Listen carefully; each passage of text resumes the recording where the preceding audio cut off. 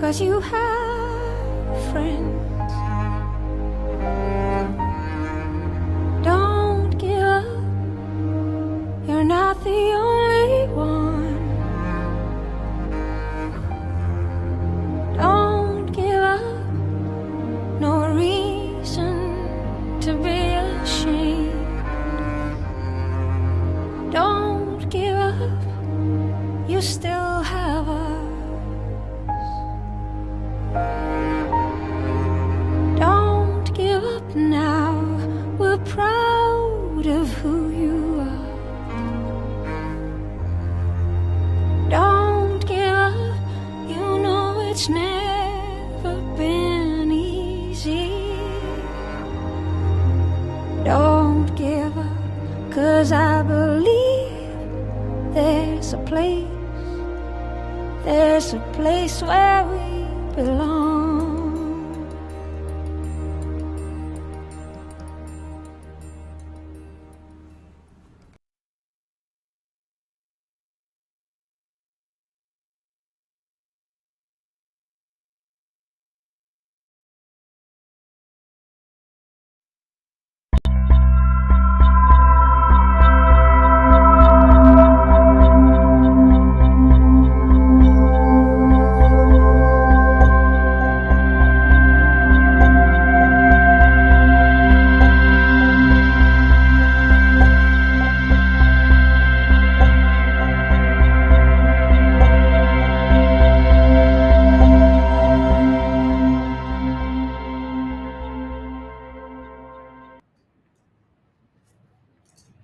Good afternoon, everyone. I'm John Self, and welcome to Lunch and Learn. I think we got all of the signal on today, so let me be sure that we're getting volume outbound.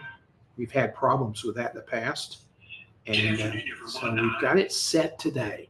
So normally we won't have that kind of interruption anymore. I think I've mastered it.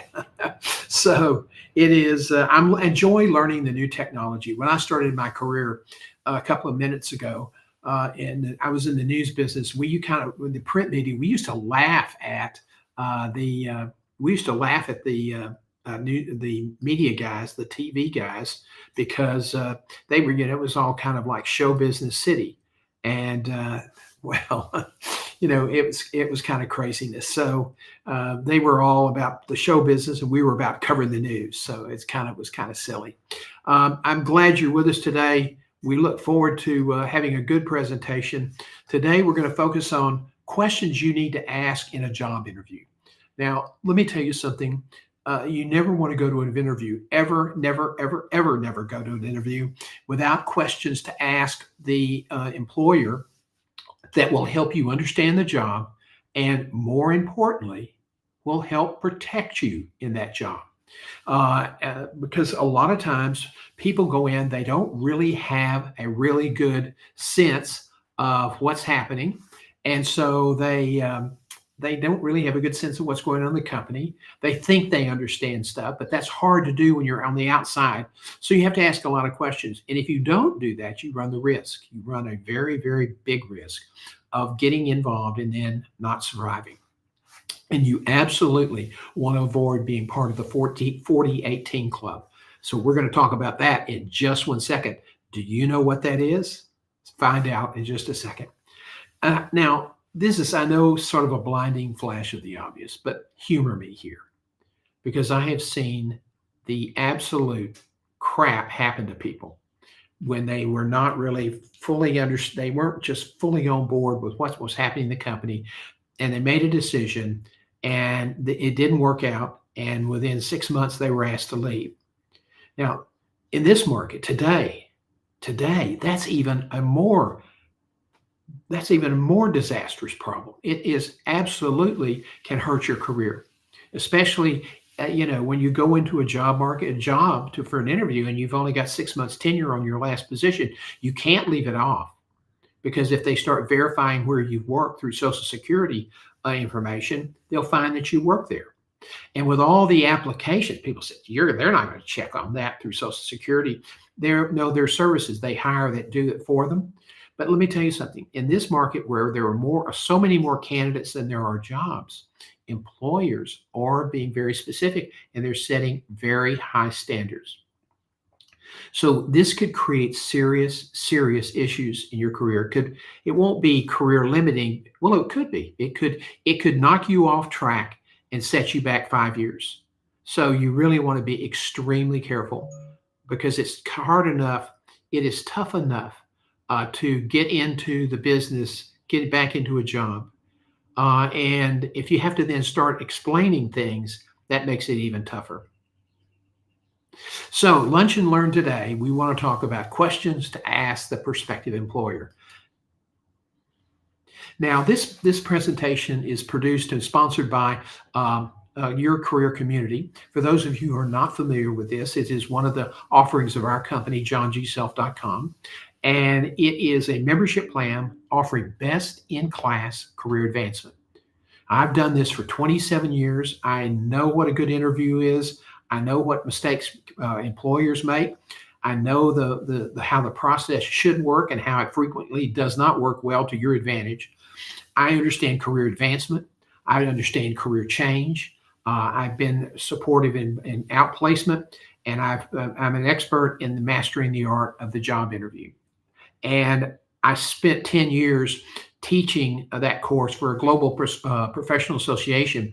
And in my search career globally, I probably interviewed close to 9,000 executives. So we have a lot of resources. And when people lose their job, they're worried about their money. They don't want to eat up their savings account, and they're worried about getting something that's manageable. Your career community comes with $79 a month. You don't have a contract. As long as you pay your membership, you get access to me, you get access to our courses, and you get access to the big discounts for our one-on-one coaching. So let's talk about that. In this benefit package, you get 2 live coaching sessions each week. And as our membership grows, we've just launched this. We've been in sort of a beta testing site. So we're a very small group now. But as we grow, these are all going to be member only sessions. So Wednesdays, this Wednesday, and normally we have office hours at 4 o'clock. This week I'm out of town at Wednesday, so it'll be Thursday morning at 7:30, and it's members only. So it's a good one about how the recruiting system doesn't really work for you. And I give you some insider tips on how to kind of maybe move the system along so that you understand what's happening. So in addition to the 2 live coaching sessions, you get 4 30-minute check-in calls each month. You also get 40% discounts on all of our one-on-one place coaching services. So we have a real high ticket offer for senior executives. If they're members, they can take that. I think it's $89.50 or something like that. It's a lot of my time, and it's an extensive deep dive into career transition. And but if you're a member, you get to take 40% off that a la carte price. So that's a fairly significant discount. If you just need a resume review, that's about $179 because we go through several steps to help you, add value to your resume, because right now just a plain resume is not going to get you a job. And we do something called value add and how to create a value-based resume. So you get 40% off that. So, that knocks it down, $179 less 40%. Finally, you get a subscription to our career advancement newsletter. It's published Monday through Friday, except on Christmas Day and other holidays. And it's normally $7 a month, and that's part of your subscription. So if you're interested, go to our website. This is the homepage at the top, right to the right side of Become the Candidate Everyone Wants to Hire, which is what everybody wants to do. We encourage you to click that button, and it'll take you to the program page, and there'll be a video that kind of reaffirms what I've just told you, and you can then go to the pay page. Lord knows those are important pages, and then make your commitment, and we will try every month to earn your support. So, as in preparing our presentation today, I started thinking, well, what are some of the rules I need to share with people? and the first rule is common sense is a common oxymoron in business today, because it's so uncommon. And when you get into recruiting, the common sense seems to really it takes a bashing. Things go out the window. Things that people should have asked don't ask. And when you make those seemingly insignificant mistakes, they can add up and produce a powerfully negative tipping point for you and your career. I think the only thing worse than being unemployed is being employed for 3 or 4 or 5 or 6 months. That's terrible, and you want to avoid that. So you cannot assume that the employer understands you and what you stand for, nor you can't assume that they're going to stay on schedule. You can't assume that they're going to that you understand everything about the job, because employers, a lot of times, that job summary is about 60% what the job is and 40% fluff, PR, BS. And that's one reason there's a lot of problems in the search industry.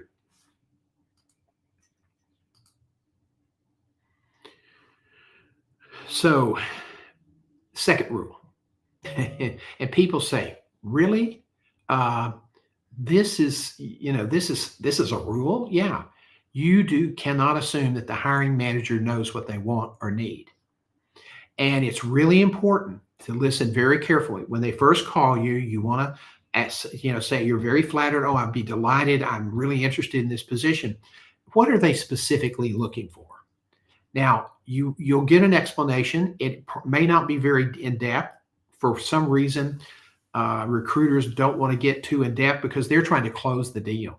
For the recruiters, especially corporate recruiters, yes, they are professionals. Yes, they want to get good people, but they're under a lot of pressure to deliver people on time and within the budget constraints. And so they might not tell you some bad things because they don't want to lose a good candidate. They don't want to lose a good candidate. So they may not tell you the bad stuff. So as you're asking questions every time, say, now, tell me again, remind me again, what are they looking for? Has anything changed? And listen for any hesitation or inconsistency from the first time you ask. That's really, really important.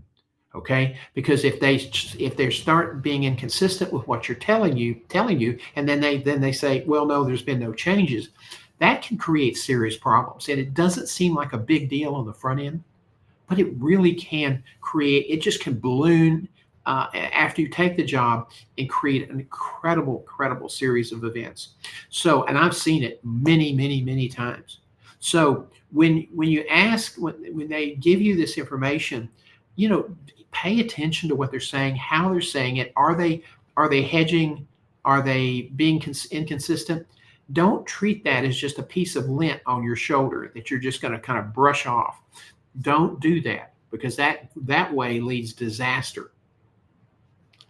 So, what's the 40-18 club? Well, let me tell you, it's not a club you want to belong to. It is absolutely the last club you ever want to step inside of in your life. Why? Because this club is about the 40%, and the number ranges. There have been 4 pretty detailed research studies done, and it started during the mid-1990s.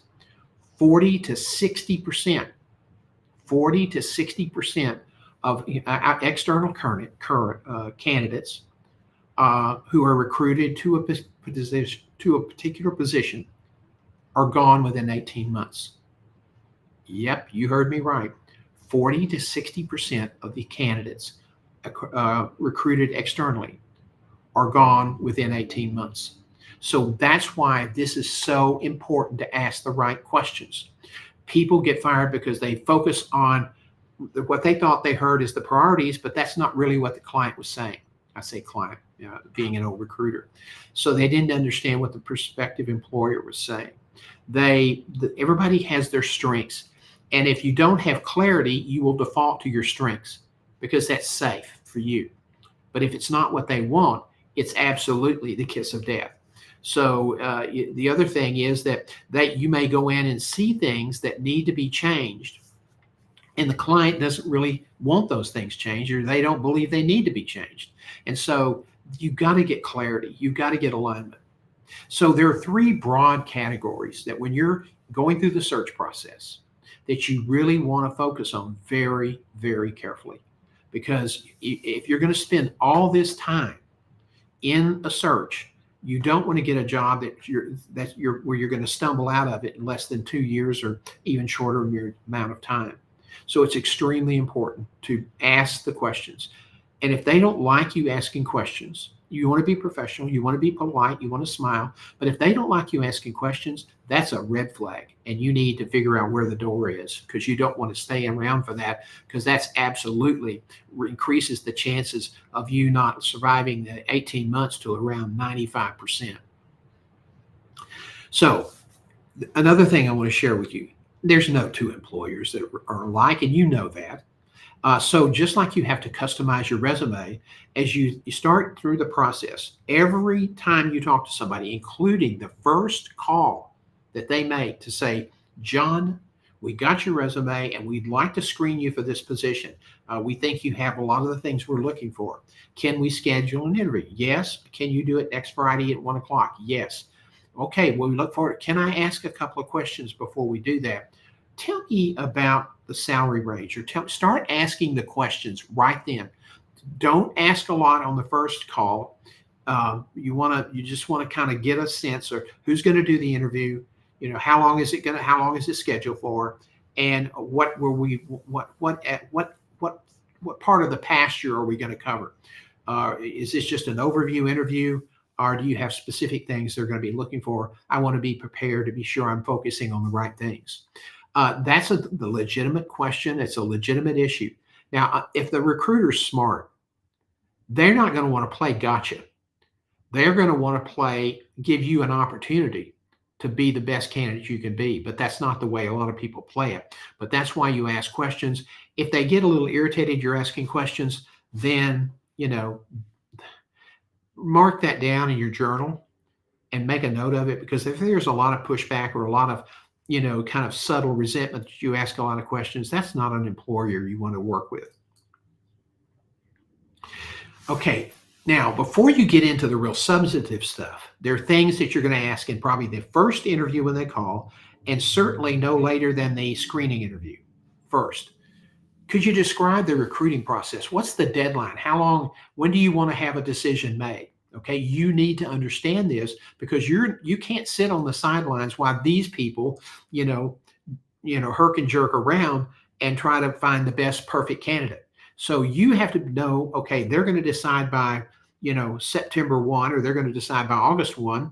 So I can kind of know that now. And so my other searches that I'm going to pursue, I can, at least sort of keep things straight in my mind.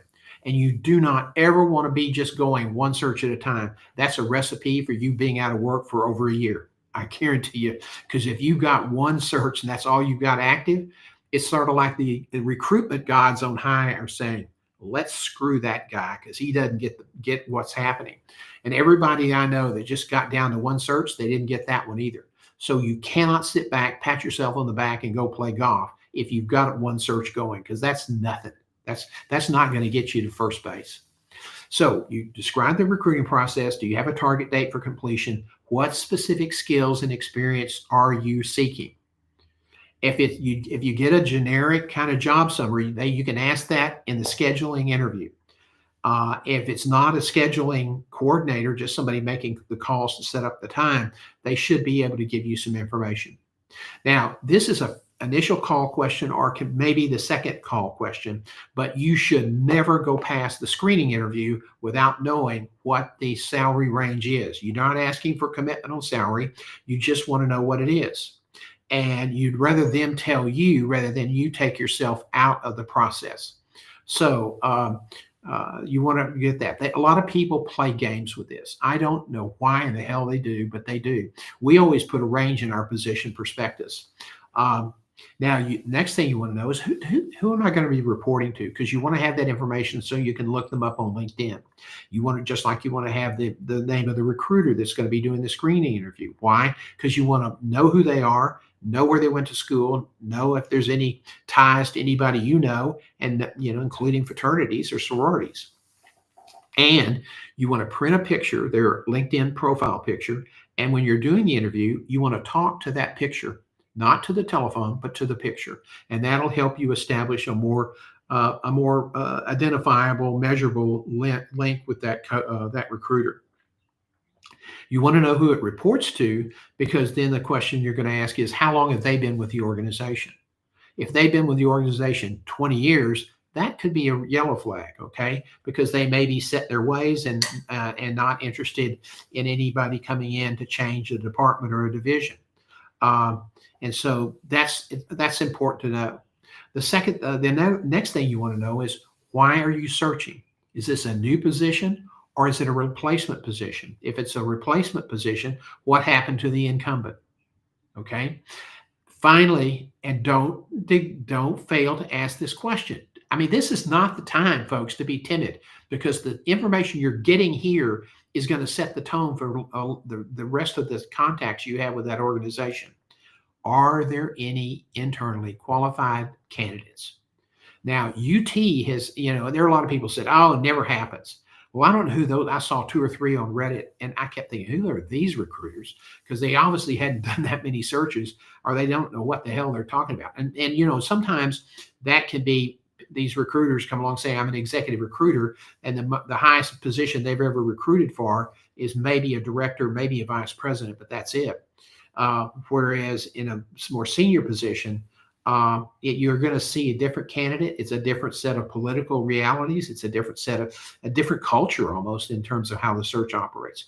UT did some research. University of Texas at Austin did some research, and they found that between 32 and 40% of the time, when there was qualified internal candidates, they got the job. Now you say, well, it's less than half. Well, that's true, but now let's put this in context.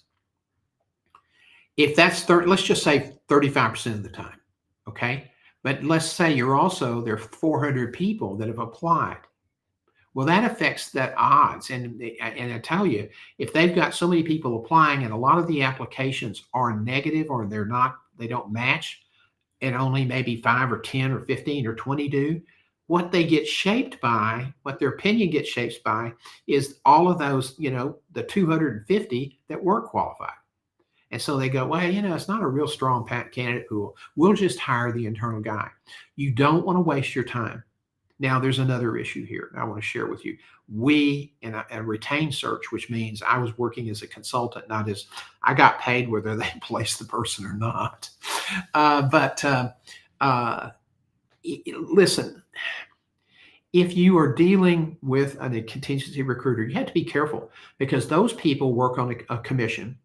And at the lower levels, supervisors and then staff people, they have been known, if they couldn't place you with the organization that they recruited you for, they might shop you elsewhere in the market or elsewhere in the region.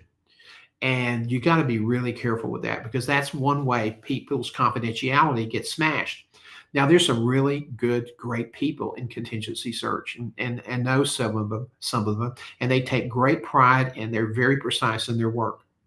Okay. And if you're not really good and really precise, you will not last a long time in that business, because that's almost like being a stockbroker, and it's all about time. It's all about speed. It's all about relationship.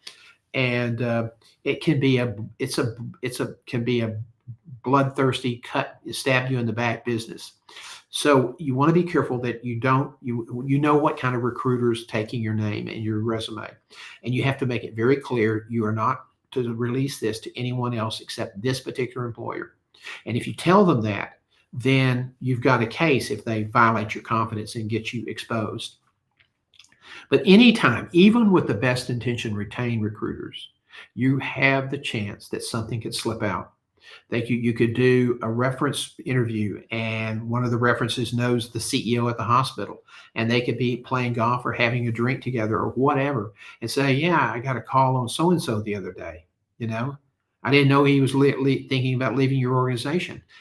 That was inappropriate. It never should have happened, but people make mistakes. Now, recruiters are very careful about what they say and who they say it to, but sometimes people who are ancillary to the process aren't as careful, because they just don't think about it. So be very, very careful as you put your name out. Don't go chasing searches that you're not qualified for, number one. Don't chase searches that you're just doing it for practice interviews. Hire a recruiter to do a mock interview. Okay, that's a better way to do it, and it'll probably be more rigorous than anything you'd get from some potential employer. So you want to be careful that you don't get exposed. So don't chase jobs that you can't don't think you're going to get, and you don't want to chase jobs that you're where your uh, confidentiality could be exposed. And again, when you have internal candidates, sometimes toward the end, all the employees will start pushing that internal candidate because they know that that's somebody that they know it's a known quantity. And so for all the vice presidents of this is the way it's been, a lot of times that's the core support for the internal candidate. So the first big issue, and this is the bear, this is the one that gets more people in trouble and twice on Sunday. Okay. Culture eats everything about your career and employment.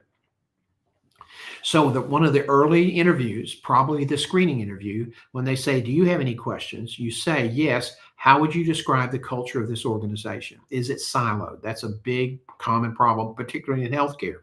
I once saw a picture at a presentation, and a guy had a big picture of a farm, had a farm photo, and he had a barn surrounded by silos, and he said, "This is a regional referral center." So that healthcare has a big problem with silos, but a lot of other industries do. So you want to know what the extent the silos are. You want them to talk to you about what are the best qualities for a successful working relationship with the person I'm going to be reporting to, and if you're the boss, the board, and what's it like with the employees. What is the turnover rate for the department, the division, or the organization? If there's a high turnover rate, that's a flag because there's a lot going on. They're either not paying competitively or they're not competitive in the marketplace. And you absolutely want to pay attention to that number, because if you've got a high turnover rate, you're probably going to have low morale and not great service. So you want to also then ask, well, how would you rate the quality of the employees? Is this, are we getting the best people we can get?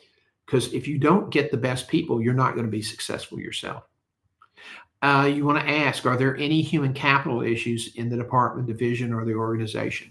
For example, is there, it's not uncommon for sometimes you to get internal competition, feuding, fussing, and fighting. So you need to know if there's any significant internal issues. If you're replacing somebody who was a terrible manager and there's a morale problem, well, morale problems beget other problems. So you want to kind of get a handle if that's one of the reasons they're bringing you in, and try to get them to tell you what that means and what the solution, what they see as a possible solution. Again, you want to find out what the employment, engagement, and satisfaction scores are. Now, small businesses probably don't track this, but if you're in a bigger business, I can tell you nationally, the numbers suck. Gallup, which does this big polling once a year, said employee engagement is at an all-time low in modern history. It's around 30%. That means 70% of an organization's their employees are not engaged. So you want to know what the engagement scores are. Big companies in healthcare like HCA, they poll everything. They're measuring everything because their philosophy is, if we can't measure it, we can't manage it. So you want to know if you're going into an organization, you kind of want to know if they've been measuring employee engagement and if they understand what employee satisfaction scores look like. This is sometimes where people trip up too. If you don't know, you assume that everybody makes decisions the way your former employer made decisions, and that's not true either. And so you want to know how decisions get made here. Is it consolidated at the top? Is it decentralized decision making? And what about the spending limits for this position? If you're an employee manager or a department manager, a lot of times you may have a spending limit of $5,000. Sometimes it's 10 or 15,000 if it's a bigger department. But you need to know, are you allowed to order supplies? Are you allowed, if you have emergencies, to bring in maintenance people if it falls within your spending limit, and on a per invoice basis? So you want to know that. You want to know how you're going to be held accountable for managing the resources. Okay. Um, Another uh, uh, place where people get tripped up is sacred cows. Um, and this is, they're always going to be the one of my last hospital jobs, where I was an employer. I started off as a contractor doing turnarounds things, but one of my last jobs, the CEO had his followers and sort of his core supporters, and they were influential in helping him push aside the old CEO who was kind of revered in the city, and he used their help in a bad mouth campaign. No, not to be dishonest about it, but that's what happened. And so those people were told him everything that was going on, and they always had his back. They always had his back. Those are sacred cows. If you were looking for a definition, but there may be people who an individual has a real strong relationship with, a big investor or a big admitting physician, or one of in an academic situation, maybe with a Nobel laureate. I mean, it's crazy stuff that happens. You want to find out if there are any sacred cows, and you want to find out if any of the people that you're going to be supervising have any unusual, extraordinary relationships that they feel might give them additional power. Hey, what percent of your new hires fail at the hourly level, at the supervisory level? And when they do, what would you say is the primary reason? Then, when you get to the final interview with the decision maker, whether that's the CEO or whoever in the executive office you're going to report to, or the board if you're the CEO, what are the keys to a successful working relationship with the person you're going to be working for? What would you say the keys to being successful? And I think again, that's an important question, because it's some people don't have a real long string these days, and you just simply have to understand how that person likes things. You can't wait around and try to figure it out over 6 or 8 months. You need to try to get as much information up as you can, because you want to avoid any unforced errors. Okay. You don't want to get caught, just not finding out what this person likes and what they don't like, how they like you to report to them. Is it written or verbal, or a combination? You want to know all this stuff so you don't have anything that starts working against you. Now, let me tell you something. You want to find out specifically, and I mean specifically, about how your success is going to be defined within 6 months and 12 months. Okay. So many people get out of sync with their boss. They get ahead of their boss. They get ahead of the organization, and then they're shocked when they're being asked to step aside. It's not going to work out, and we're going to go in a different direction. Okay. We're going to go in a different direction applies to so many things bad. So you want to know what they want you to focus on, because if you're accomplishing what they really value and what they want you to value, that gives you a lot of protection. Okay. You want to find out what the hurdles are to accomplish the goals that they're going to set for you. And when you again, if you're reporting to one person, you want to find out how they like to be informed. And again, I think that's just a smart thing to do. So how are we going to define success? Okay. What does that look like? Let's look at all these kind of general statements in this kind of general BS job summary. You certainly don't want to say that, but that's what a lot of them are. And you want to say, tell me how you're going to define success. Be very specific. Okay. And preferably you're going to ask this question before you say yes to the job. Okay. Because sometimes what you hear could put you off into a different kind of bad place. So how will you define my success? In addition to the primary and secondary priorities, what enterprise-wide and community contributions should I, need to be aware of?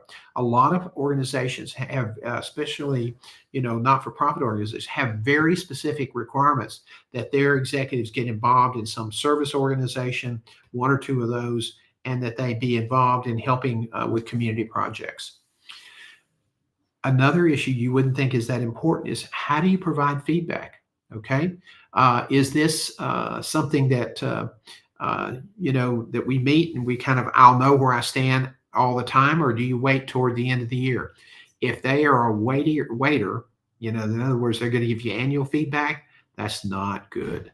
Okay, that probably suggests that you right there that you're not going to be. It's just, well, let me try to put it in different ways. Um, if you don't get feedback on a regular basis, you're going to get surprised at your annual meeting, and usually it's not a good surprise. So try to find that out. If they say, you'll know, ask for specifics. If they don't like it, maybe that's not the place for you to be. If you can live with some ambiguity and you're not somebody who needs some bucking up or some support emotionally to be sure you're doing a good job, that could be a problem. So now, another thing that's almost never asked, I mean, maybe in 27 years, I heard about it 5 times, maybe. Does this organization have a career advancement plan for professional and development people and to promote them within the organization? Now, if you're in a small business, that's not a relevant question. Okay, so don't ask it because you're going to sound kind of out of touch with reality. But if you're in an organization that's got 1,500, 2,000 or 3,000 people, that is a legitimate question. How do people get it? What does it take for people to get advanced and promoted in this organization? Now, another thing is that if it's a small organization, you probably don't want to ask that question because probably the only way you're going to get an advancement is change organizations. And that's particularly true in things like small critical access hospitals or businesses that, are less than 12, 15 million, $20 million revenue.